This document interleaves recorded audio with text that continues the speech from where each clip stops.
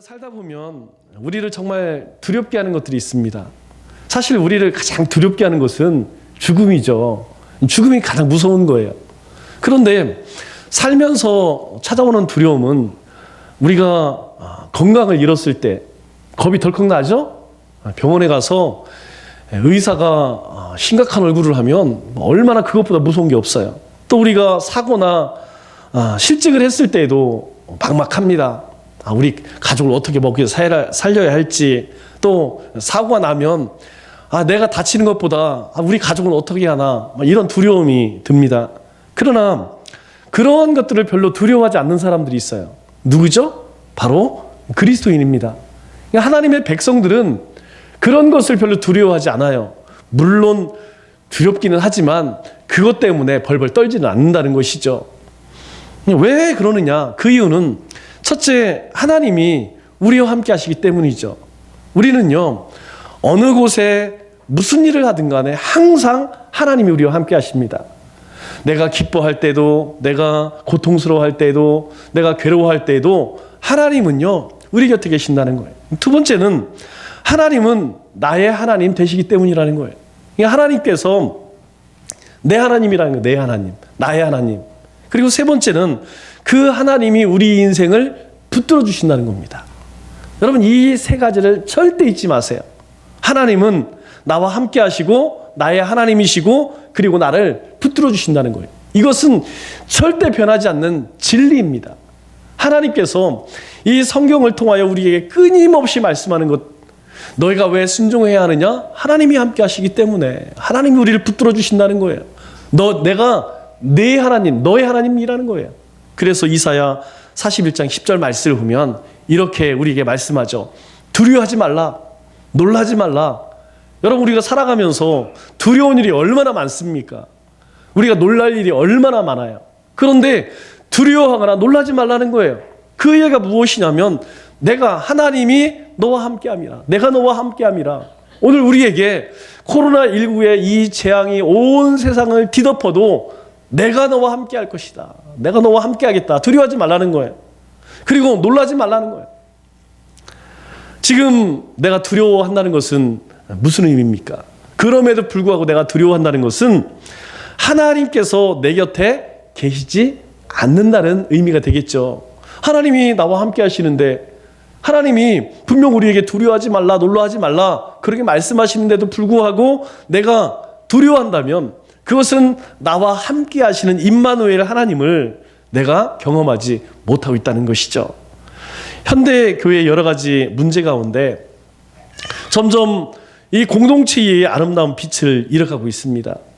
제가 예전에 섬겼던 교회의 모습 가운데 지금도 기억되는 것이 무엇이냐면, 이 교회에서 어떤 행사를 하죠. 여전도에서 선교를 위해 바자를 한다든가 이웃을 위한 나눔 행사 같은 걸 한다고 하면 온 성도가 전부 참여를 해요. 각 기관이 다 참여를 하고 온 성도가 다 동참을 합니다. 또 새로운 사역을 한번 해보자고 하면 성도들이 대부분 특별한 일이 없으면 거의 대부분이 다 참여를 해요. 교회는 늘 화합하고 사랑이 넘칠 수밖에 없죠. 그러다 보니 지금도 대부분 교회들이 정체를 많이 하지 않습니까? 그럼에도 불구하고 그 교회는 계속 성장을 해요. 그런가 하면 같은 지역에 있는 다른 교회는 정반대의 모습을 가지고 있습니다. 이게 뭐냐면 교회가 무슨 일을 하려고 하면 반대의 목소리이기 때문에 너무 시끄러워서 일을 할 수가 없어요. 이걸 한번 해보자. 그러면 한번 해봅시다. 이래야 되는데 그걸 왜 하냐, 무엇하러 하느냐, 왜 돈 낭비를 하느냐. 벌써 이 가룟 유다처럼 뭘 튀기냐면 주파라를 튀겨요. 도대체 이것이 해보지도 않고 먼저 반대부터 하는 것이죠. 그러다 보니까 어떻습니까? 성도 간의 반목과 갈등과 상처 때문에 사랑과 화목을 찾아볼 수가 없습니다. 여러분, 그러면 어떤 문제가 생기냐면 교회가 점점점 쪼그라들어요. 이 교회가 점점점 오그라듭니다. 대부분 이런 교회가요, 조그만 교회가 아니에요. 굉장히 성장했던 교회, 지역에서 그리고 대표할 만큼 큰 교회들인데 교회 안에 점점점 화합하지 못하고 반목하고 갈등하게 되면 교회가 점점점 쭈그러들어요. 그런 모습을 보면 참 마음이 아프죠. 이 교회가 점점 약해지는 이유가 무엇입니까? 바로 그것은 성도들의 마음이 하나 되지 못하기 때문이죠. 사랑과 화목 대신 갈등과 상처와 불신과 분파를 이루기 때문이라는 거예요. 그런 교회가 있었죠. 고린도 교회가 그랬습니다. 이 고린도 교회는 아볼로파, 바울파, 그리스도파 그렇게 나눠졌어요. 대표적인 것이죠. 뭐 그 외에도 뭐 여러 가지 분파가 많이 있었겠죠. 그런데요, 그들 가운데 그렇게 아볼로파, 바울파, 그리스도파로 나뉘어서 분쟁이 일어나자 사도 바울이요 그들을 향해서 경고의 메시지를 보냅니다. 고린도전서 3장 3절 말씀에 사도 바울이 그들에게 하는 얘기예요. 너희는 아직도 육신에 속한 자로다. 여러분, 육신에 속한 자가 뭐라는 거예요? 너희가 그리스도로 거듭났음에도 불구하고 아직 옛 모습으로 살아가는구나. 너희가 아직도 하나님 없는 세상 사람들처럼 살아간다. 왜요? 너희 가운데 시기와 분쟁이 있으니 어찌 육신에 속하여 사람을 따라 행함이 아니리요. 야, 너희 가운데 그런 시기와 분쟁이 있으니 어찌 그것이 영에 속한 것이 아니라 육신에 속했다고 말하지 않을 수가 있겠느냐. 너희 지금 모습을 보라. 그런 얘기를 하는 것이죠. 성도가 아무리 신앙에 열심을 내도 교회가 하나 되지 못하면 교회가 생명력을 잃습니다. 내 마음이 뜨거워요. 내가 정말 열심히 하고 싶어. 그런데 교회만 가면 막 찬바람이 쌩 일고 그냥 날 서갖고 사람들이 다 날이 서갖고 그러면요 은혜가 툭 떨어진다니까요. 내 안에 있는 생명력마저도 점점점 죽어갈 수밖에 없다는 거예요. 여러분, 우리가 힘이 날 때가 언제예요? 교회 가면 집사님, 권사님, 장로님, 목사님 반갑습니다. 한번 해봅시다. 한번 기도합시다. 힘내세요. 여러분, 그렇게 우리가 신앙 공동체에서 위로를 받으면 나도 모르게 내 안에 있는 이 복음의 생명력이 막 힘을 얻어요. 나는 못할 것 같지만 함께 해보자고 하니까 한번 할 수 있을 것 같아.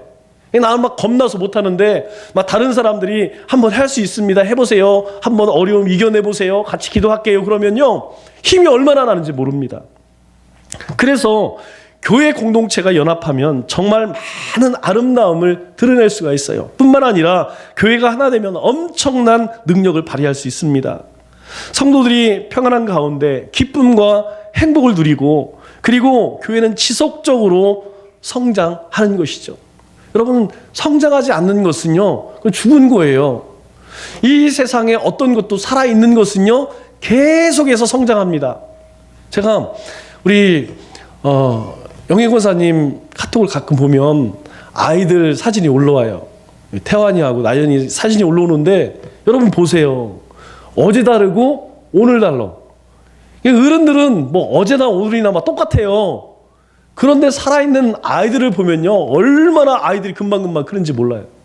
우리 저기 깍깍머리도 왔는데 저 깍깍머리도요 벌써 언제 저렇게 컸는지 처음에 왔을 때에는 참 얌전했어요. 그런데 이제 컸다 이거지, 사춘기가 되었다 이거지. 그래서 이제 까불까불해. 아마 안 봐도 엄마 말 들을 게 안 들을 거예요. 근데 그게요 정상이에요. 사춘기에 들었기 때문에. 저 애들이 이제 5춘기 되고 6춘기 돼보세요. 그때는 까불라고 해도 안 까분다니까요. 그만큼 자라고 있다는 것은 살아있다는 거예요. 교회도 마찬가지라는 것이죠. 교회도 우리가 하나가 되어서 연합하게 되면 그 안에 살아있는 생동감이 넘치는 거예요. 그래서 교회는요 반드시 건강한 공동체를 이루어야 됩니다. 여러분, 우리 교회 선언문 기억하시나요? 우리 남청주 교회는 예수 그리스도의 복음으로 생명력 넘치는 건강한 생명 공동체를 이렇게 시작돼요. 여러분, 우리 교회는 건강한 신앙 공동체를 이루는 게 첫째입니다. 뭘로? 복음으로. 내가 건강해지지 않으면, 내 신앙이 건강해지지 않으면 나만 죽는 게 아니에요. 공동체 전체가 죽는다는 것이죠. 또 교회가 하나가 될 때에 그 시너지 효과를 발휘해서 큰 일을 이루어냅니다. 우리 성도님들이 가끔 우리 교회도 빨리 교회 건축을 해야 되는데, 여러분 걱정하지 마세요. 우리의 마음이 정말 하나가 되고 한 뜻이 되면 하나님이 일하신다니까요. 저는 그것을 2번 겪었어요. 2번 봤습니다. 제가 섬겼던 교회에서 교회 건축이요, 뭐 한두 푼 드는 것도 아니고 교회 건축을 하게 되면 엄청난 시험이 와요. 그런데 하나가 되면 하나님이 일하세요. 그거 어렵지 않습니다. 이거 어떻게 할까라고 막막해 보이지만 하나가 되면 하나님께서 큰 일을 이루어낼 수 있도록 일을 하세요. 여기에 연합의 축복이 있다는 것이죠. 오늘 1절 말씀을 보세요. 오늘 1절 말씀을 보면 이렇게 이야기합니다. 보라, 형제가 연합하여 동거함이 어찌 그리 선하고 아름다운고. 이 다윗의 시편이죠. 다윗은 온 이스라엘 백성들이 한자리에 모여서 연합하는 모습을 보고 큰 감동을 받게 됩니다. 왜 그러냐면 이 다윗은 사울왕의 미움과 시기로 오랫동안 쫓겨다녔어요. 그렇게 도망자 신세를 살면서 얼마나 외롭고 고달팠겠습니까? 그래서 공동체가 늘 그리운 거예요. 사람이 모인 것이 너무너무 좋은 거예요. 사람이 있는 곳이 너무나 좋은 거예요. 후에 왕이 되었지만 이 사울 왕을 추종했던 세력들과 어떻게 돼요? 또 반목하여서 싸움을 하게 되어서 나라가 둘러다니고 갈등과 반목과 미움이 지속되었어요. 한마디로 이야기해서 이 다윗은요, 백성들의 이 화합이, 백성들의 연합이 정말 목말랐다는 것이죠. 그토록 어렵게 7년을 보낸 뒤에 나라가 통일되어서 이제 백성들의 마음이 하나가 되어서 다윗을 따르기 시작합니다. 더 이상의 미움도 분쟁도 반목도 상처도 없이 오직 사랑과 용서와 화목으로 하나가 되었어요. 그 모습으로 예루살렘에 다 모이게 됩니다. 이 예루살렘에 모여서 며칠을 함께 보내며 한 마음으로 하나님께 제사를 드리게 되죠. 그런데 그때 그 모습, 그때 그 동거하는 모습이 얼마나 감격스럽고 기쁜지 다윗은 감탄을 합니다. 그 모습이 1절의 고백이에요. 형제 연합하여 동거함이, 우리가 지난 시간들 그렇게 오랫동안 서로 싸웠기 때문에 어떻습니까? 서로 등을 지고 미워하고 그랬는데 그들이 지금 예루살렘에 전부 모여서 하나님께 찬송을 드리고 예배하는 이 모습을 보니 어찌 그리 선하고 아름다운고. 이 모습보다 더 아름다운 것이 없다는 것이죠. 이 모습을 지금 하나님께서 기쁘게 받으신다는 것이죠. 여러분, 교회 공동체가 연합해 하나가 될 때 이것보다 아름답고 기쁘고 행복한 일은 없다는 것입니다. 왜요? 하나님이 기뻐하시기 때문에. 우리의 가정도 마찬가지라는 거예요. 우리의 삶도 마찬가지라는 거예요. 우리의 삶이 하나님과 연합될 때에, 하나님의 영과 연합될 때에, 우리의 가정이 하나가 될 때에, 우리의 교회가 하나가 되어서 연합될 때에 하나님은요, 그것보다 선하고 아름다운 것이 없다. 그렇게 우리에게 말씀하고 있습니다. 교회 공동체는 갈등과 미움과 싸움, 어떤 분파도 없이 오직 마음과 생각과 뜻이 하나가 될 때 진정한 공동체를 이룰 수 있다는 것입니다. 처음 교회에 오면 어떻습니까? 각자 생각이 다 다르고 믿음이 달라서 아주 작은 것에 상처를 받고 마음이 모래알처럼 나뉘어져요. 여러분, 세상에 제일 잘나는 곳이 어떤 곳이냐면 제가 볼 땐 교회 같아요. 교회. 여러분, 딴 데 가면 뭐 똑똑한 사람들이 너무 많아갖고 잘난 척 잘 못합니다. 그런데 교회에는 왜 이렇게 잘난 사람들이 많어? 그리고 저 처음 오신 분들이 있죠? 네, 처음 또 다른 데서 신앙생활 하다 오신 분들 오면 대부분 그분들이 저 주방에 문턱을 못 넣고 교회를 떠난 분들이 많아. 아무리 뭐 음식에 아무리 교회에 대한 열정이 있다 할지라도 이 기존의 성도들의 그 벽이 너무 두꺼워서, 너무 두터워서 높아서 그거 잘 못 던, 그럴 때가 많이 있어요. 좀 그 교회에 들어가고 싶은데 그 교회에 들어가기가 상당히 어렵다는 거예요. 여러분, 그것이 뭐 틀린 게 아닙니다. 그게 지극히 정상이에요. 왜 그러냐면 우리의 모습이 그렇게 연약합니다. 우리가 오랫동안 말씀을 또 우리가 열심히 순종하는 삶을 산다고 하였지만 우리 안에 쓴뿌리가요, 그렇게 우리의 삶 가운데 쉽게 뽑혀지지가 않아요. 사라지지가 않습니다. 그러나 진정한 공동체는 이 다름을 뛰어넘어 하나가 되는데 의미가 있다는 거예요. 다 생각이 다르고 믿음이 다르지만 그것을 뛰어넘어서 서로를 이해해 주는 것, 서로를 품어줄 수 있는 것, 그것이 진정 성숙한 믿음이라는 것입니다. 우리 모두는 주님의 고귀한 피를 통해서 어떻게 되었어요? 하나가 되었어요. 제가 가끔 이제 우리 현장 전도를 나가면 우리가 믿는 집사님들도 많이 만나잖아요. 그러면 안 믿는 사람들은 뭐 예수님 모르니까 뭐 그냥 차갑죠. 쳐다보는 눈길이 뒤통수에서 이렇게 말하는 게 느껴져요.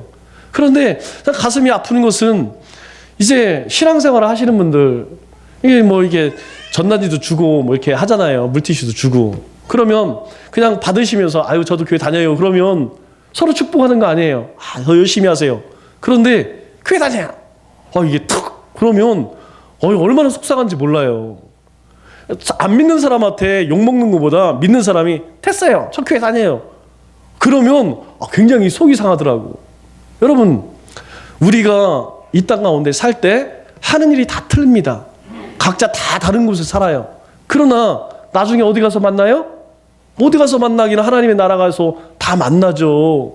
여러분, 지금 우리가 함께 예배드린 이 사람들이요, 이분들이요, 그냥 죽으면 끝 아니에요. 우리가 요 모습 그대로 하나님의 나라에 가서 하나님 예배할 사람들이라니까요. 그래서 우리가 다 하나님 아버지라고 부르잖아요. 여러분 혹시 하나님 부를 때에 하나님 외삼촌 이렇게 부르는 사람이 있어요? 하나님 작은아버지 뭐 이렇게 불러요? 우리 다 하나님 아버지라고 부르잖아요. 그 얘기는 뭐예요? 우리가 주님 안에서 다 하나라는 거예요. 그런데 우리가 이 땅 가운데 살아갈 때에 왜 그런지 모르겠어요. 교회가 다르다는 이유로, 하는 일이 다르다는 이유로, 직분이 다르다는 이유로 우리 마음 가운데에 하나가 되지 못할 때가 얼마나 많은지 모른다는 거예요. 그래서 예수 안에 있는 영적 공동체는 연합이 본질입니다. 예수님이 이 땅에 오신 이유가 뭐예요? 우리로 하여금 하나님과 하나 되게 하기 위해서, 연합하기 위해서 오셨다는 거예요. 우리가 예수님을 믿는다는 얘기는 하나님과 연합했다, 하나님과 하나다라는 얘기예요. 그래서 우리가 존귀한 것입니다. 우리는 죄의 본질을 우리가 극복할 수 없어요. 그러나 우리가 하나님과 하나가 되었기 때문에 우리가 존귀한 거예요. 여러분들이 존귀한 거예요. 우리 메주콩 아시죠? 메주콩은 메주를 만드는 콩입니다. 이 메주콩을요, 이제 물에 불려서 그것을 푹 삶아갖고 자루에 넣고 이제 막 밟습니다. 여러분 많이 밟아보셨죠? 밟기도 하고 뭐 이걸로 찍기도 하고. 여러분 이렇게 밟으면 어떻습니까? 그 메주콩이 전부 으깨지죠. 으깨져서 뭐가 되냐면 이 메주가 만들어지는 거예요. 옆 사람 보면서 너 묻지 마세요. 본인이 메주일 수도 있으니까. 여러분 이 메주를 만들 때에 이 메주콩이요 잘 밟혀져서 다 으깨져야지 좋은 메주가 돼요. 아니 한동안 밟았는데 나는 깨지기 싫어. 그래서 이 메주콩이 하나가 다 살아있으면요 절대로 된장을 만들 수가 없어요. 간장 만들 수가 없습니다. 으깨져야 메주가 되는 거예요. 바로 이것이 하나라는 것이죠. 우리가 메주가 되기 위해서는 콩이 으깨져야 되는 것처럼 우리가 연합하기 위해서는 어떻게 된다고요? 내가 으깨져야 된다는 거예요. 뭐 하고 싶은 말 없는 사람이 어디 있어요? 내가 하고 싶은 일 없는 사람이 어디 있겠어요? 다 하고 싶은 일 있고 하고 싶은 말이 있어요. 그러나 내가 무너질 때, 내가 깨질 때, 내가 으깨질 때에 비로소 우리가 하나 될 수 있다는 거예요. 그래서 참는 겁니다. 그래서 인내하는 거예요. 그래서 신앙은요 인내가 필요해요. 사도 바울이 성도들에게 이런 말을 합니다. 너희 가운데 믿음의 인내와 사랑의 수고와 그리고 인내의 소망을 가져라, 이렇게 이야기해요. 사랑의, 믿음의 역사와, 믿음에는 하나님의 역사하심이 있다는 거예요. 사랑에는 수고함이 있어야 된다는 거예요. 그런데 하나님의 나라에 대해서는 인내함이 필요하다는 거예요.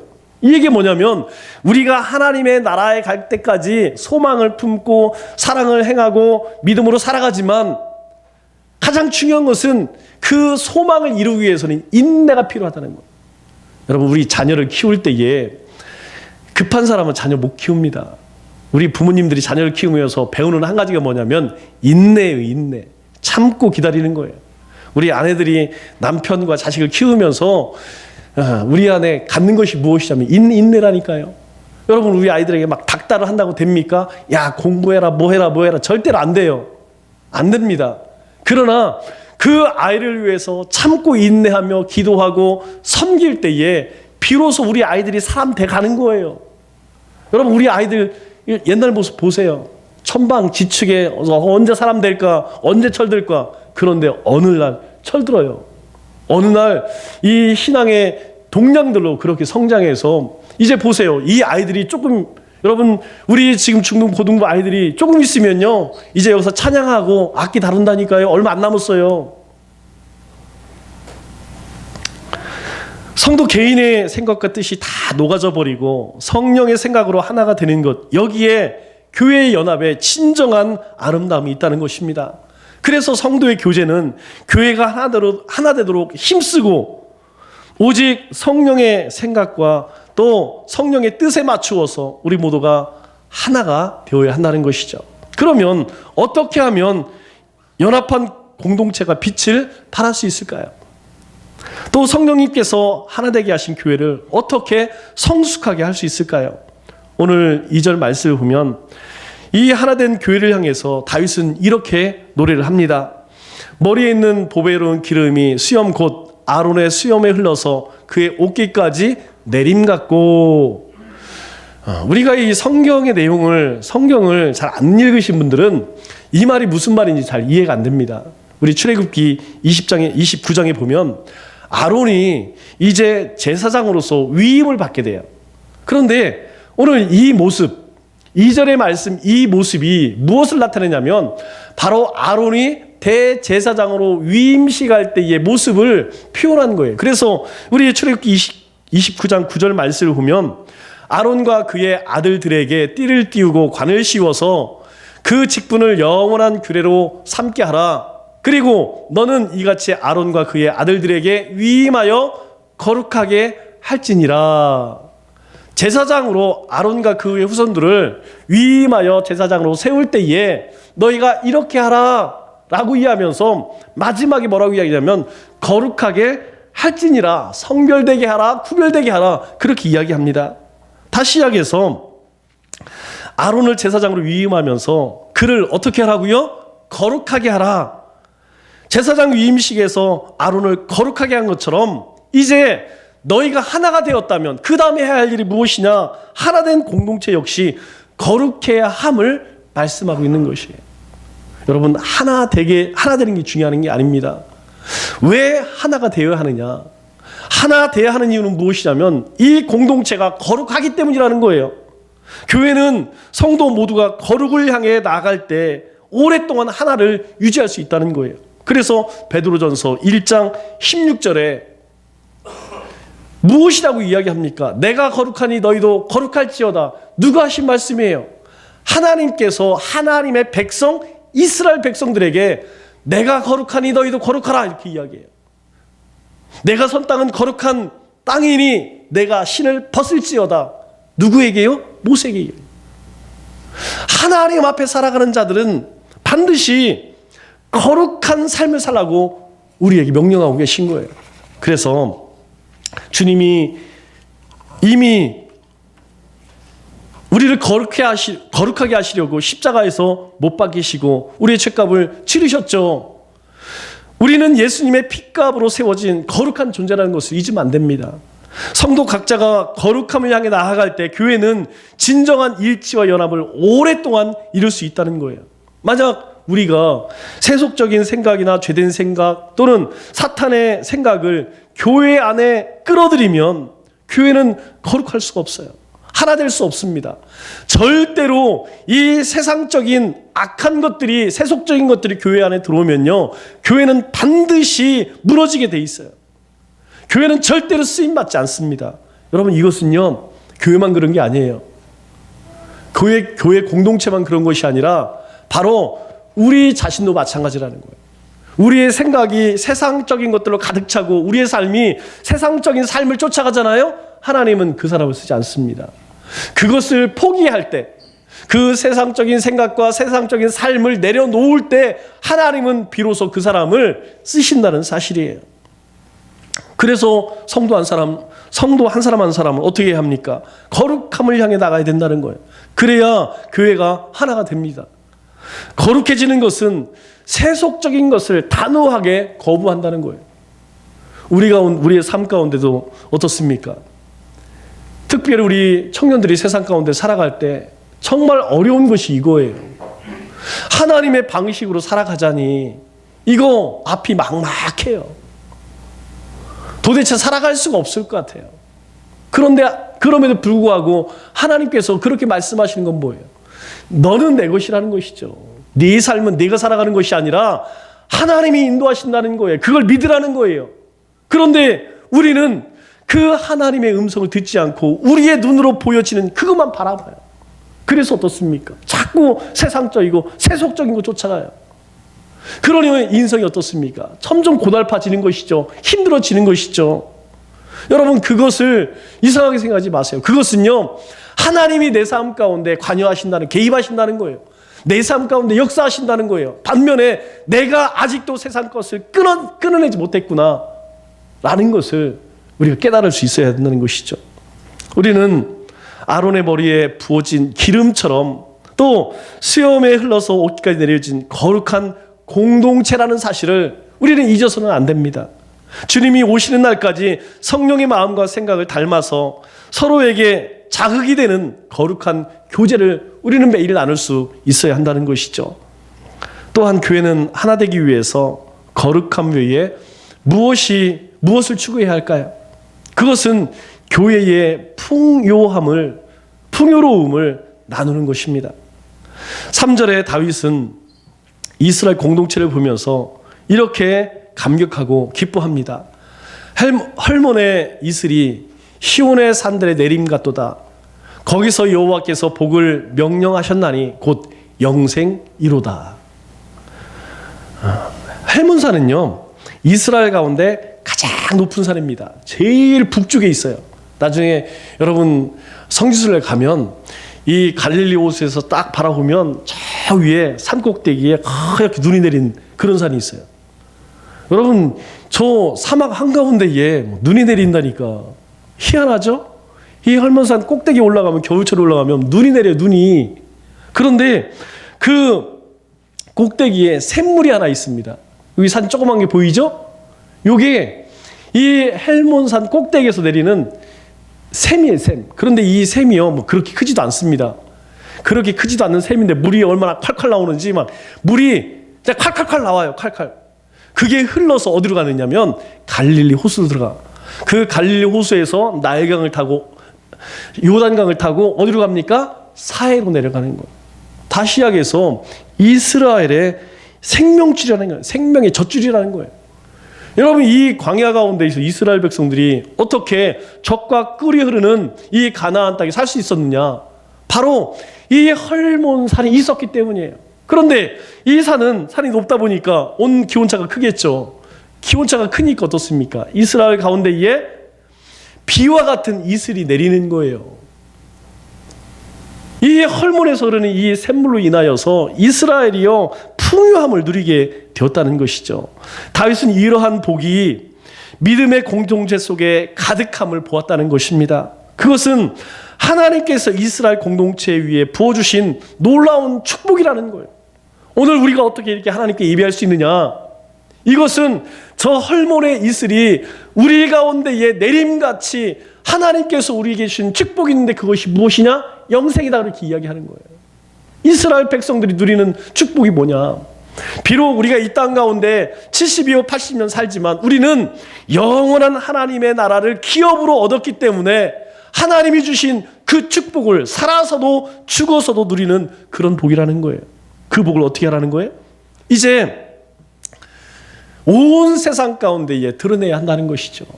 하나님이 왜 이스라엘을 택했습니까? 야, 너희들만 잘 먹고 잘 살아라? 아니에요. 이스라엘 백성들이 하나님 앞에 바로 서게 하심으로 온 열방이 하나님이 살아계시구나, 하나님께서 이 세상의 주인이시구나 라는 것을 보여주라는 거예요. 그래서 이스라엘 백성들이 하나님이 주신 그 복을 누리라는 거예요. 오늘 우리도 마찬가지입니다. 하나님이 우리를 하나님의 자녀로 삼으신 것은 그냥 내가 하나님 예수님으로 구원받았구나, 그것이 끝이 아니라는 거예요.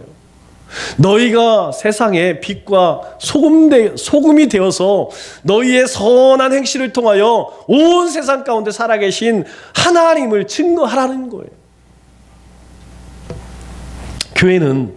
우리는요, 이 복으로 세상의 영혼을 부요하게 하고 그들을 영생으로 인도하는 데에 기꺼이 쓰임받아야 한다는 것이죠. 여기에 교회 공동체 본질이 있다는 것입니다. 우리의 삶에 목적이 있다는 거예요. 우리 존재의 목적이 여기 있다는 거예요. 베드로가, 우리 사도행전 12장 보면 베드로가 갑자기 감옥에 갇혔을 때에 여러분 얼마나 두려웠겠어요. 베드로가 그렇게 믿음이 좋았던 사람이 아닙니다. 우리가 다 알다시피 그는 예수님과 함께 있을 때에도 뭔가 한 자리, 예수님이 왕되면 우리가 온 세상 때는 이때다, 그런 마음 갖고 있었고, 예수님이 빌라도 법정에서 재판받으실 때에 나 예수 몰라 부인하고 고향으로 도망쳐버렸던 사람이에요. 그런데 그가 성령을 받고 나서 세상에 복음을 전합니다. 예수님이 하나님이 보내신 구세주다, 하나님의 아들이다. 그러니까 당연히 잡혀 감옥에 갇히게 됐죠. 그때에 성도들은 이 베드로가 감옥에 갇힌 것을 강 건너 불구경하듯 하지 않았다는 사실입니다.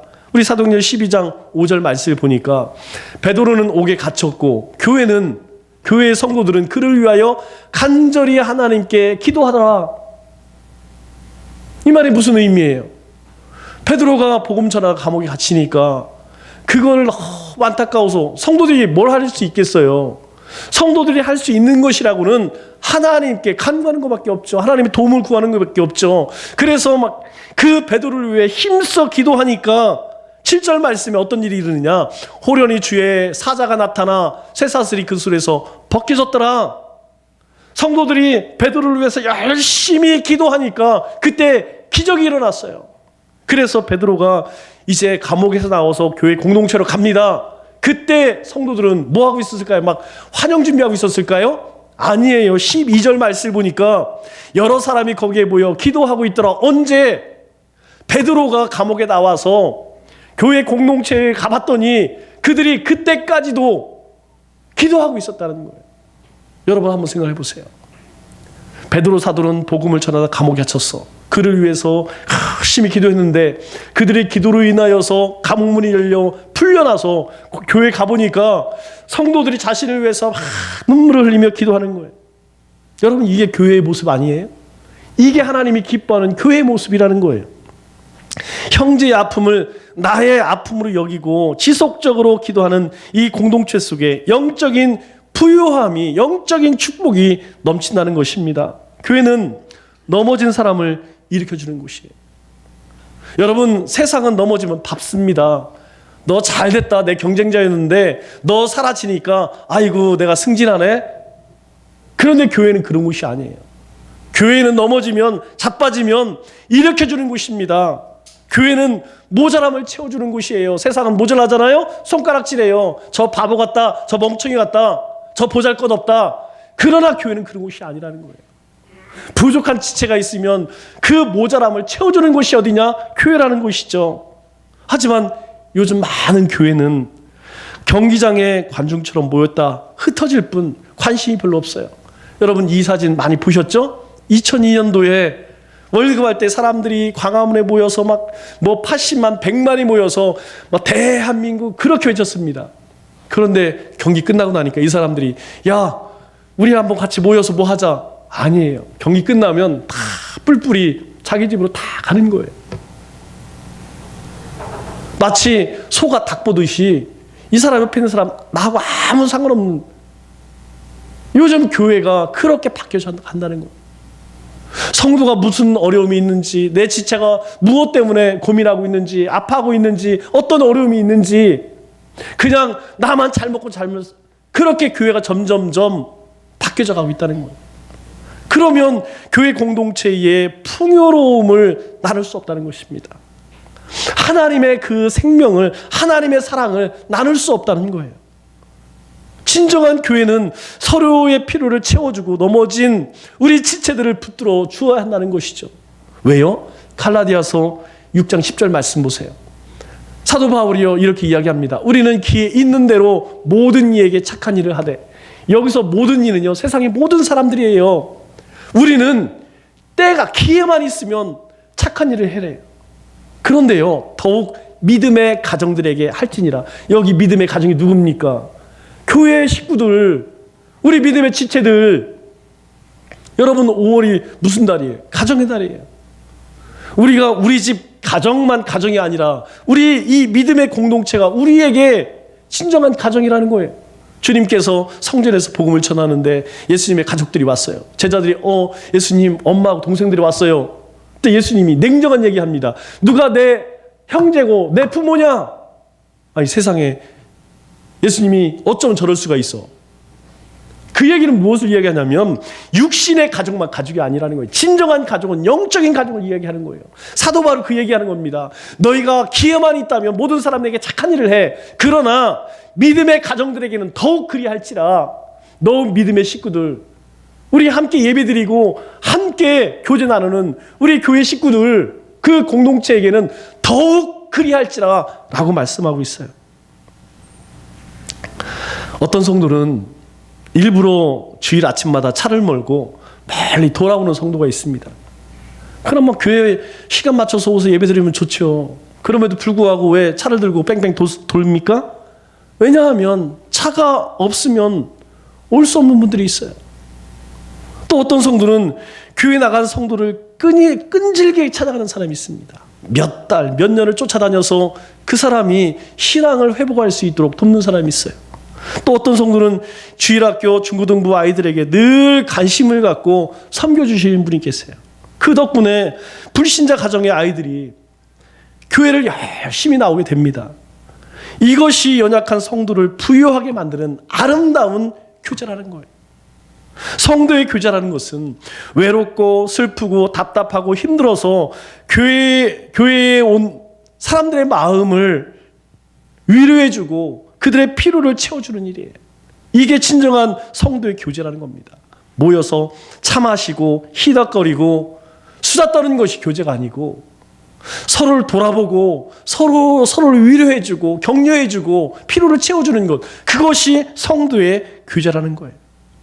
내가 가진 영적 풍요를 필요한 사람에게 나누어주고 또 사랑을 실천할 때 오늘 3절에 말씀하는 것처럼 헬몬의 이슬은 계속해서 생명력을 발휘하는 것입니다. 말씀을 맺도록 하겠습니다. 하나님은 성령이 하나 되게 하신 교회를 우리가 더욱 힘써 세워나가기를 원하십니다. 우리가 받은 은혜와 사랑을 우리 서로에게 함께 나누는 우리 남청교회 모든 성도들이 되었으면 좋겠습니다. 그럴 때 교회는 세상을 향해 빛을 발하는 것이고, 그럴 때 참된 교제를 통해서 건강한 신앙 공동체를 이루는 것입니다. 이 한 주간도 주 안에서 믿음의 교제를 통해 서로를 위로하고 서로를 위해 기도하고 섬기는 우리 믿음의 권속들 다 되시기를 주님의 이름으로 축원합니다.